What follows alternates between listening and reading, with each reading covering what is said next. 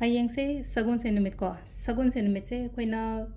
money manifestation dum to ba ko icham cham na kem ta yaw da bida only just haidi tezwat mana ma kai ma maina lobi re ko hai lo ma panda lei ba nga ngai gi oina har ga sul pa kun kun ra ga tang pi ne ko packet oina thopane tezwat mana se ko ade sigi mana se ama lor se khata pick tak to ba phone maning da hap ka da ne yam chaw ba chu lobi ro no ko paisa I se ba se da ngashi gi oina har ga di sagun sen dena mathang gi sagun sen phau le ro na tra ga haidi handa ki la ka dori ba tha se na har sine ko